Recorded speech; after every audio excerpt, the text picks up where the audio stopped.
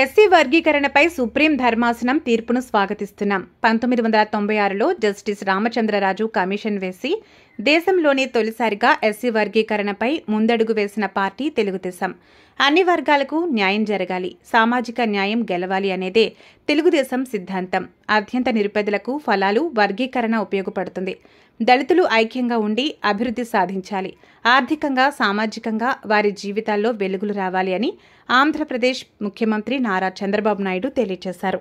సామాజిక న్యాయం తెలుగుదేశం పార్టీ సిద్ధాంతం.